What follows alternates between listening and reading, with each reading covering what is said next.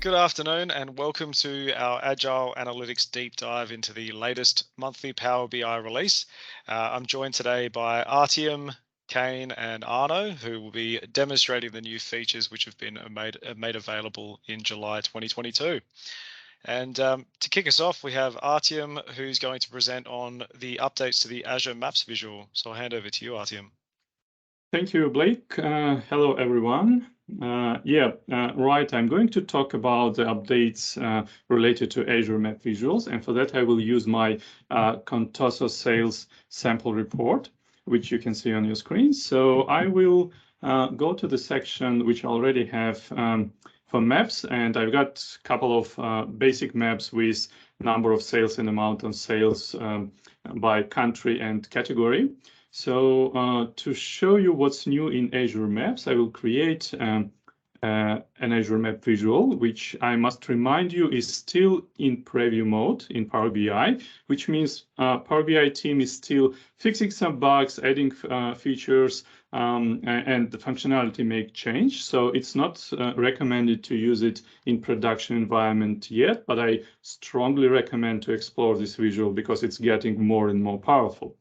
Now, for my demo purposes, I will use my geography dimension and will bring in countries.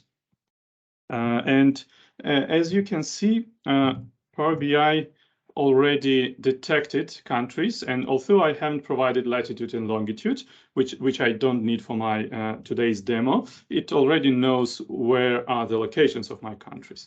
And it shows bubbles. But for new feature, we don't need bubbles. We need to go to settings, switch off bubble layer and switch on field map, which is a new feature added in this release. And the difference is that Power BI now will show me my country boundaries filled in with the color. Now, obviously, just same color for all countries is something that I'm probably not interested in.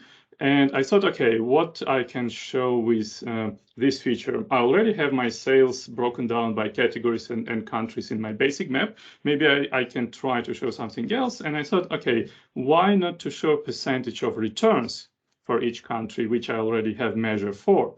And to do that, I just simply need to go to my field map layer configuration, go to conditional formatting and say to Power BI, okay, please use this percentage of returns measure. And if it's 0, use green. If it's somewhere around 10%, let's use yellow. And for the highest percentage of return, let's use red. So if the value is empty, we will use gray. And that's it. Now, in a moment, Power BI will update the map. And what I will see is colored map with red for the highest return percentage of returns. And it's really easy to see. Now I can use my slicers and filters to include, exclude continents, countries, and the map will redraw immediately. And it already tells me the story. So right now, for example, I'm looking on countries in Europe, and I see that the highest percentage of returns is in Germany. Okay, so I can go to my fields and add this measure to tooltips as well. And so just hovering mouse over the country will give me name and details, and I can zoom in, zoom out, etc. So pretty interesting. Also, I can check my different categories. So for example, if I go to TV and video, the picture will change and it will show me, okay, so for my TV and videos, I have largest percentage of return in Poland, which is pretty good and interactive. But still, it's kind of the same functionality like we already have in field map visual. Of course, having all that in the same Azure Map is something interesting, but I thought, okay, maybe I can use it in a different way and combine that with different layers, which seemed like a good idea. And I went to settings and I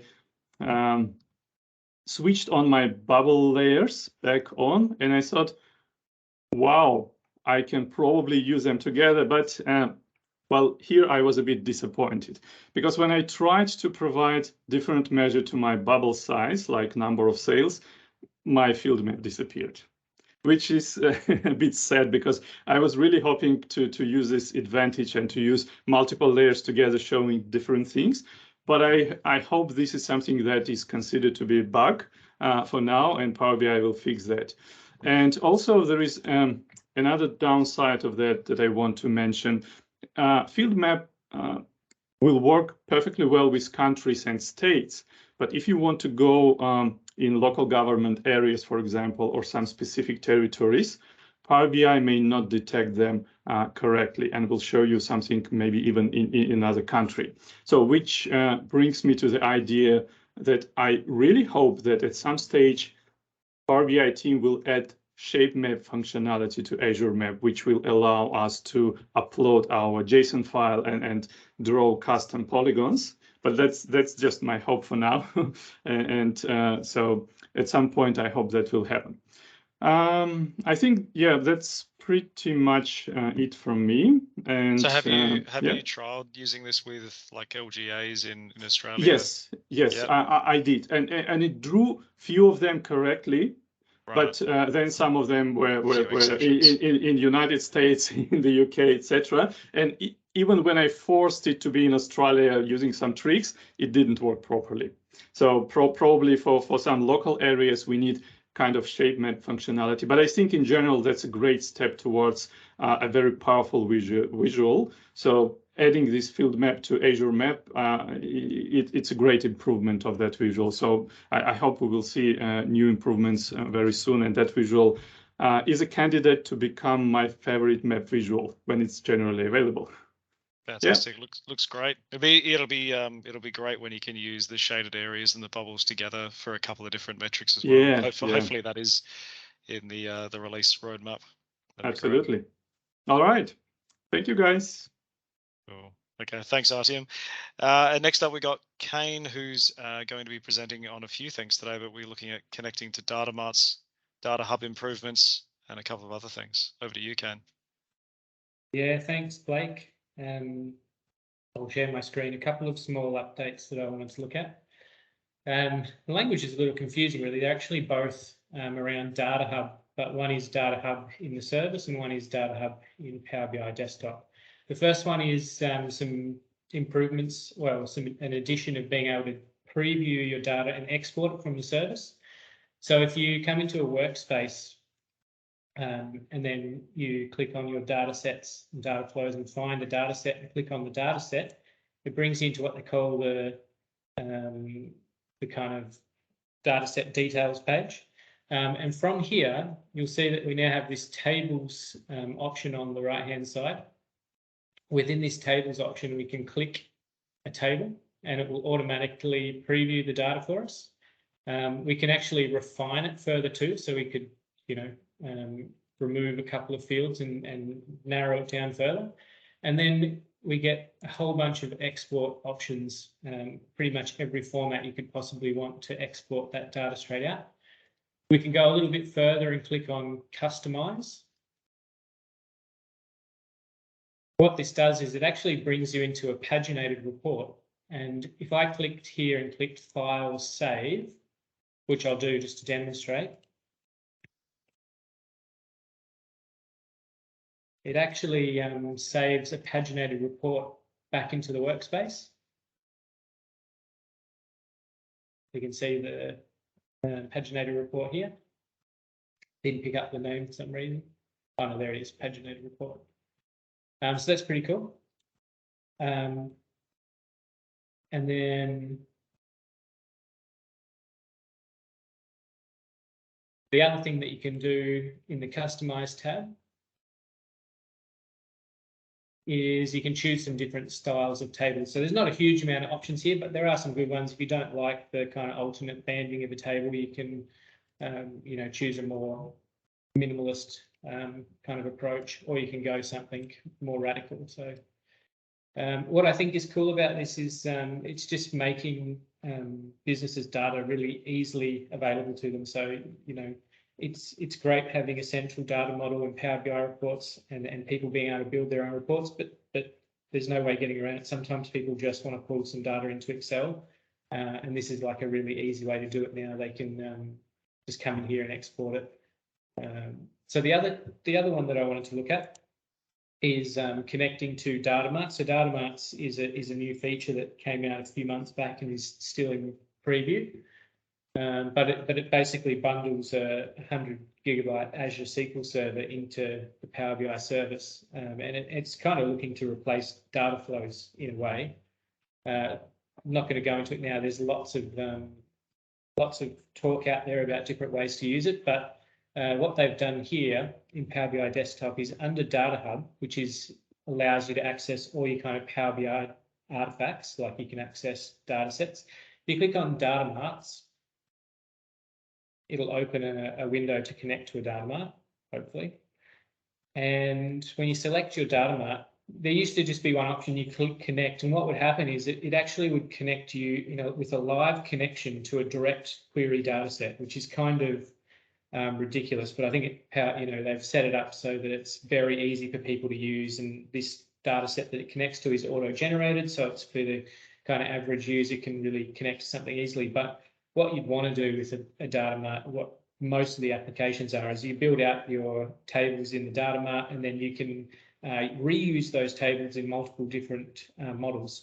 So there was previously a way to do this. You could go into the data set settings and find, it was kind of hard to find, you could find a SQL endpoint string, and then you could come back in here and open a SQL connection and paste the string in. You could, in a roundabout way, you could do it, but you don't have to do that anymore. Now you can just click on the drop down here and choose connect to SQL endpoint.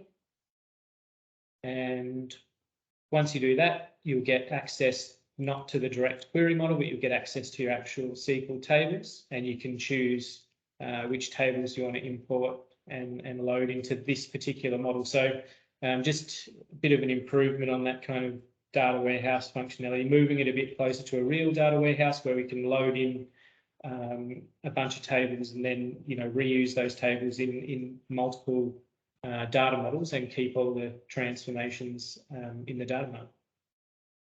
That's it for me, thanks. Amazing. So I think that removes some of the kind of technical knowledge that's required to kind of go all the way back through the old ways and the workaround ways. So that looks really cool. Yeah, absolutely. I think they're making quite a few moves towards making data more accessible for users, not just Power BI reports. So it's kind of cool. Yeah, fantastic. And then we've got Arno, who's going to take us through, I think we've got a new DAX function and the smart KPI list visualization. So over to you, Arno. Yeah, great. Thanks, Blake.